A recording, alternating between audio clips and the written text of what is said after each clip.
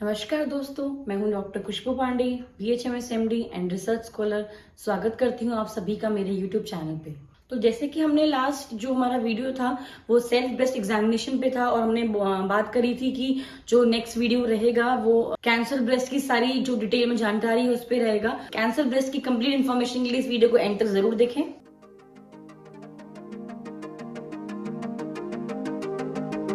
Cancer किसी भी चीज का हो, ये वर्ड सुनकर हर कोई ये सोचता है एट लास्ट डेथ में ही रिजल्ट करेगा। नॉर्मल बॉडी में क्या होता है, जो भी हमारे बॉडी के जो सेल्स होते हैं वो एक टाइम तक ग्रो करते हैं, फिर उनका एक पर्टिकुलर टाइम होता है, उसमें फिर वो अपने आप डिस्ट्रॉय होते हैं और नए सेल्स बनते रहते हैं। कैंसर में क्या होता है, किसी भी चीज का कैंसर हो तो जो सेल्स है वो बहुत जल्दी जल्दी मल्टीपल बहुत स्पीडीली ग्रो करते हैं। Cancer breast is the most commonest जो कैंसर है वो होता है वुमेन में, और हर 14 में से जो एक वुमेन है वो रिस्क में रहती हैं कैंसर ब्रेस्ट होने के लिए। जो मिडिल एज होती है, आफ्टर जो 30 की जो एज रहती है, that is more prone for cancer breast. Breast cancer mostly जो अपर क्वाड्रेंट होता है ब्रेस्ट का उसमें पाया जाता है। इसके अलावा निपल्स में भी मिल सकता है। बट कैंसर ब्रेस्ट अगर अर्ली स्टेजेस में डायग्नोस किया जाए, चाहे वो एलोपैथिक में हो, चाहे होम्योपैथी में हो, चाहे किसी भी पैथी में हो, तो उसका ट्रीटमेंट है वो कम्प्लीटली क्योरेबल है। लेटर स्टेजेस में जाकर ये बहुत डिफिकल्ट होता है क्योर करना, और फिर डेथ का जो रिस्क है वो बढ़ जाता है। इसलिए हमने जो सेल्फ ब्रेस्ट एग्जामिनेशन में बात की थी कि जो भी प्रोबेबल साइंस हैं डिटेक्ट करने के लिए कि ये कैंसर ब्रेस्ट के साइंस हो सकते हैं या ये प्रॉब्लम हो सकती है, फिर आपको डॉक्टर को अप्रोच करना है क्योंकि वो बहुत जरूरी है। उससे अर्ली टाइम में ही, अर्ली स्टेजेस में आप डिटेक्ट कर सकते हैं कोई भी प्रॉब्लम और टाइम पर ट्रीटमेंट ले सकते हैं, जो कि क्योरेबल, एकदम कंप्लीट क्योर ट्रीटमेंट है जिसका।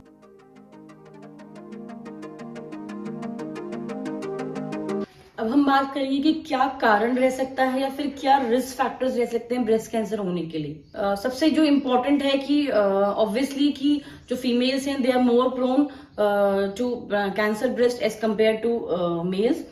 सेकेंडली जो 30 प्लस या बेसिकली जो 40 से 60 का जो एज ग्रुप है, बिटवीन 40 टू 60 एज ग्रुप, ये ज्यादा रिस्क में रहती हैं फॉर ब्रेस्ट कैंसर। इसके अलावा किसी को अगर फैमिली हिस्ट्री रही है, मदर या सिस्टर को अगर कैंसर की हिस्ट्री रही है तो हो सकता है। कोई जेनेटिक हिस्ट्री है, कुछ अगर जीन्स में प्रॉब्लम है, कुछ क्रोमोसोमल प्रॉब्लम्स है तो हो सकता है। इसके अलावा अगर फ्रीक्वेंट एबॉर्शंस की हिस्ट्री है, फ्रीक्वेंट एबॉर्शंस होते हैं कुछ भी हार्मोनल इम्बैलेंस की वजह से, तो वो भी एक रिस्क बनता है ब्रेस्ट कैंसर के लिए। One more important thing here is, अगर किसी का मिनार्की जल्दी आई है, मतलब जो फर्स्ट पीरियड्स हैं जल्दी एज में आए हैं और मीनोपॉज बहुत लेट हो रहे हैं और पीरियड्स काफी लेट बंद हो रहे हैं, और अगर वो जो टाइम पीरियड है वो बहुत ज्यादा हो गया है, अर्ली मिनार्की है, लेट मीनोपॉज है, तो वो भी हायर रिस्क में रहते हैं कैंसर ब्रेस्ट के लिए। इसके अलावा अगर कुछ भी हार्मोनल इम्बैलेंस चल रहा है, कुछ ओवेरियन डिस्टर्बेंसेस हैं या कुछ इनफर्टिलिटी की प्रॉब्लम है, ईस्ट्रोजन का एक्सपोजर है अगर किसी भी रूप में, तो ये सब रिस्क बढ़ाते हैं ब्रेस्ट कैंसर के लिए।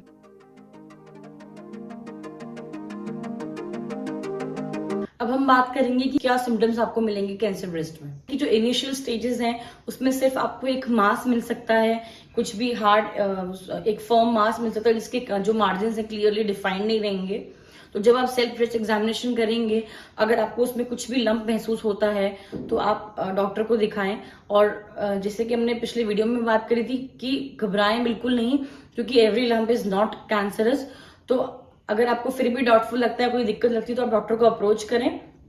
कंप्लीट इन्वेस्टिगेशन, कंप्लीट एग्जामिनेशन किया जाएगा और कंफर्म हो जाएगा कि क्या दिक्कत है, कि वो नॉर्मल है कि एबनॉर्मल है। इसके अलावा आपको इनिशियल स्टेजेस में ब्रेस्ट में अगर कोई भी चेंजेस हैं साइज में या शेप में, कोई स्किन कलर चेंजेस मिल सकते हैं आपको इस तरीके के, कोई डिस्चार्ज मिल सकता है निपल से, रेयर केस में ब्लीडिंग भी मिल सकती है निपल से, स्वेलिंग है, रेडनेस है। फिर धीरे धीरे जैसे ही स्टेज बढ़ेंगे तो पेनफुल रहेगा, आपको थोड़ा टेंडर हो जाएगा, हार्ड हो जाएगा, वही नोड्यूल, वही मास जो है वो हार्ड हो जाएगा, स्केलिंग मिल सकती है एक टाइम के बाद। बेसिकली जो कैंसर ब्रेस्ट का जो लंप रहता है, जो नोड्यूल रहता है, वो हार्ड रहता है और जो उसके जो मार्जिन है वो डिफाइंड नहीं रहते हैं। इसमें आपको जो पकरिंग या जो डिम्पलिंग है, ये सब चीजें भी मिल सकती हैं।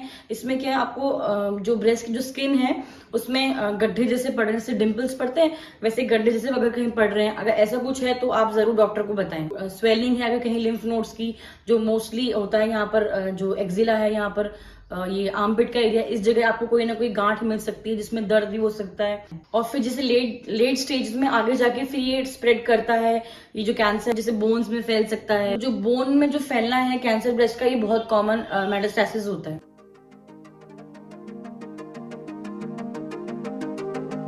अब हम बात करेंगे कि क्या कुछ डाइट और कुछ प्रिवेंशन का हम ध्यान रख सकते हैं जिससे जो इसका रिस्क है, ब्रेस्ट कैंसर का रिस्क, उसको हम कम कर सकें। So first point is balance diet. Diet का आपको बहुत ध्यान रखना है। बाहर का खाना पीना जो मोस्टली किसी भी बीमारी के लिए अवॉइड किया जाता है, और जो घर का जो हेल्दी खाना होता है, बैलेंस खाना होता है, वो खाना है, वो चीज आपको करनी है।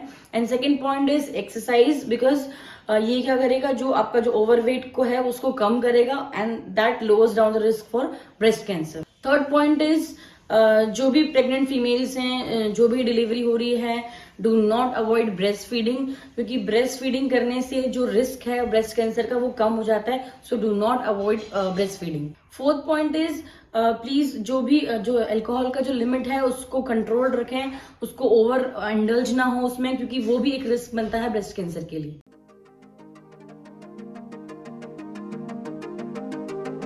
अब हम बात करेंगे कि डायग्नोसिस कैसे होगा कैंसर ब्रेस्ट का। इनिशियली आपको शायद पता नहीं चल पाए कि आपको कैंसर ब्रेस्ट है। अगर मान लीजिए कुछ सिम्टम्स अगर आ रहे हैं, कुछ आपको लंप महसूस हो रहा है और वो सस्पेक्टेड रहा कैंसर ब्रेस्ट के लिए, आप डॉक्टर के पास जाएंगे तो वो डिफरेंट टेस्ट करवाएंगे।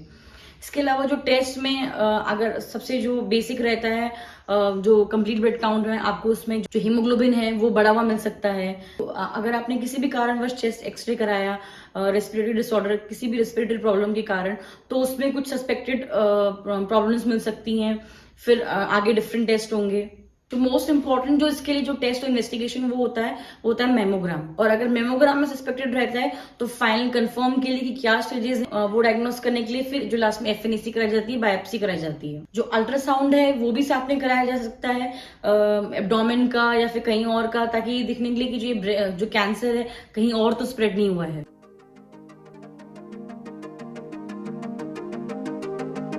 अब अगर हम ये बात करें कि होम्योपैथिक हमें लेनी चाहिए या नहीं लेनी चाहिए कैंसर ब्रेस्ट के लिए, तो याद रखिएगा इनिशियल स्टेजेस में जब आपका जो कैंसर है अगर डिफरेंट पार्ट्स पर नहीं फैला है, इनिशियल स्टेजेस हैं और वहीं पर डिटेक्ट हो गया है, तो ये कंप्लीट क्योर हो सकता है। जो सिम्टम्स हैं आपके, या सिर्फ कैंसर ब्रेस्ट आया है रिपोर्ट्स में, उसी पे ध्यान रख के दवाई नहीं दी जाती है, जबकि क्या कॉज रहा है, किस कॉज की वजह से ये हुआ है, उसको ध्यान में रखा जाएगा। और जो उसकी कंप्लीट सिम्टम्स हैं, कितना एक्सटेंशन है, कितना फैला हुआ है, जो उसका लंप है वो कितना हार्ड है, ये जो भी सिम्टम्स हैं, कब बढ़ता है, कम होता है, तो हर एक सिम्टम्स को ध्यान में रखते हुए, हर एक कॉज को ध्यान में रखते हुए दवाई दी जाएगी। और इनिशियल स्टेज में ट्रीटमेंट लेने से ये कंप्लीटली क्योर हो सकता है। पर याद रखिएगा, यहाँ पर जो दवाइयां बताई जा रही हैं ये सिर्फ इन्फॉर्मेशन पर्पज से हैं। कंप्लीट ट्रीटमेंट के लिए आप प्लीज जो भी आपका नियरेस्ट जो होम्योपैथिक डॉक्टर हैं उनसे कंसल्ट करें, या हमसे ऑनलाइन कंसल्टेशन के लिए डिस्क्रिप्शन में दिए गए जो व्हाट्सएप नंबर है उस पर संपर्क करें। बिना कंसल्टेशन के इन मेडिसिन को खुद से यूज ना करें। चलिए अब कुछ जो होम्योपैथिक मेडिसिन हैं कैंसर ब्रेस्ट की, उनके बारे में बात करते हैं। पहली जो इम्पोर्टेंट होम्योपैथिक मेडिसिन है that is conium mac. Conium mac में आपको जो लंप है, जो नोड्यूल है, वो थोड़े हार्ड मिलेंगे। जो ब्रेस्ट है वो बहुत पेनफुल रहेगा, स्वेलिंग रहेगी, उसमें थोड़ी सोरनेस भी मिल सकती है। और टिपिकली अगर आप रिपोर्ट में देखेंगे तो ये जो एडिनोकार्सिनोमास होते हैं, एडिनोकार्सिनोमा है टिपिकल, वो मिलेगा इसमें।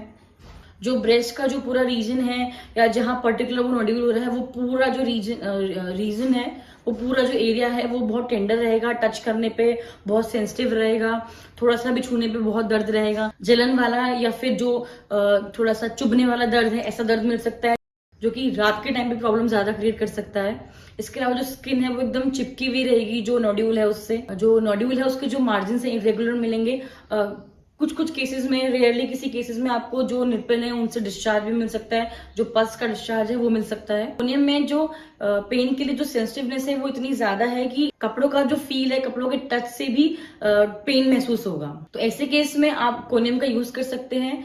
पोटेंसी यहाँ पर क्लियरली नहीं बताई जा सकती क्योंकि वो पर्सन टू पर्सन डिफर करती है। Next important medicine is Hydrastis, जो आप पोटेंसी में भी यूज कर सकते हैं कोई भी जो फिजिशियंस हैं, या मदर टिंचर में भी इसका यूज किया जा सकता है।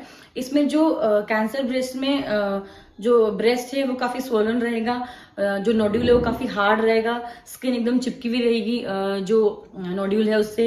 इसके अलावा पकरिंग मिलेगी इसमें, और जो पेन है आपको एकदम नाइफ लाइक पेन मिलेगा, कटिंग पेन मिलेगा, कुछ काटने वाला जैसा पेन मिलेगा। किसी किसी केस में आपको जो निपल से डिस्चार्ज मिलेगा और वाटरी डिस्चार्ज मिलेगा उसमें। निपल रिट्रैक्शन या निपल्स में क्रैक या निपल्स के ऊपर जो वेन्स हैं वो थोड़ी सी इंगॉज मिल सकती है। Very important and frequently use जो होम्योपैथिक मेडिसिन होती है कैंसर ब्रेस्ट में, दैट इज फाइटोलेका। इसमें जो ब्रेस्ट है उसमें काफी पेन मिलेगा, और जो भी नोड्यूल जो भी लंप बना है वो बहुत ज्यादा पेनफुल रहेंगे, बहुत ज्यादा सेंसिटिव रहेंगे टच के लिए। इसके अलावा बहुत उनमें रेडनेस मिल सकती है, और हार्डनेस बहुत ज्यादा रहेगी इस लंप में, एकदम स्टोनी हार्डनेस रहेगी, एकदम पत्थर के जैसे जो हार्ड रहते हैं इस तरह की हार्डनेस मिलेगी आपको फाइटोलिका के जो लम्प्स हैं उनमें।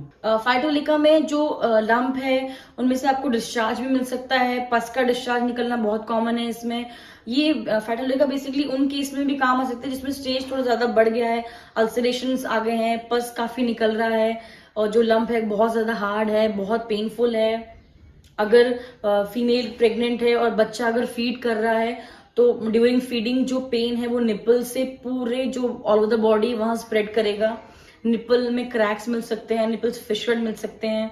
एक और जो होम्योपैथिक मेडिसिन है जो बहुत इंपॉर्टेंट, जो लेटेस्ट स्टेजेस हैं ब्रेस्ट कैंसर के, जो अल्सरेटिव स्टेजेस हैं उसमें यूज की जा सकती है, दैट इज एस्टेरियाज रूबिन्स। में अगर जैसे कि लेफ्ट अगर ब्रेस्ट इन्वॉल्वमेंट है, निपल्स की हार्डनेस हो रही है, जो ब्रेस्ट है वो बहुत पेनफुल है, लंप काफी पेनफुल है, जो पेन है ब्रेस्ट का वो जो भी आपका पूरा हाथ है, आर्म्स का जो शोल्डर का एरिया उस पर स्प्रेड कर रहा है।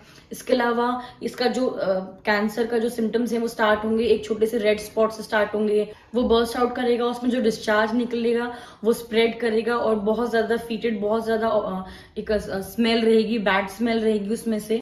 तो बेसिकली ये जो अल्सरेटिव स्टेज है कैंसर ब्रेस्ट का उसमें काफी यूजफुल है। लेकैन is also very good medicine for cancer breast. इसमें आपको जो ब्रेस्ट है वो काफी सोलन और पेनफुल मिलेंगे। जो पेनफुल ब्रेस्ट है वो आपको बिफोर एंड ड्यूरिंग मेंसेस भी मिल सकते हैं। इसके अलावा जो पेन है वो इतना सेंसिटिव रहेगा कि जो हल्का सा टच है या फिर थोड़ा सा भी झटका लग रहा है, कुछ भी थोड़ा बहुत चल रहा है उससे बढ़ जाएगा। इवनिंग के टाइम पे ज्यादा होगा।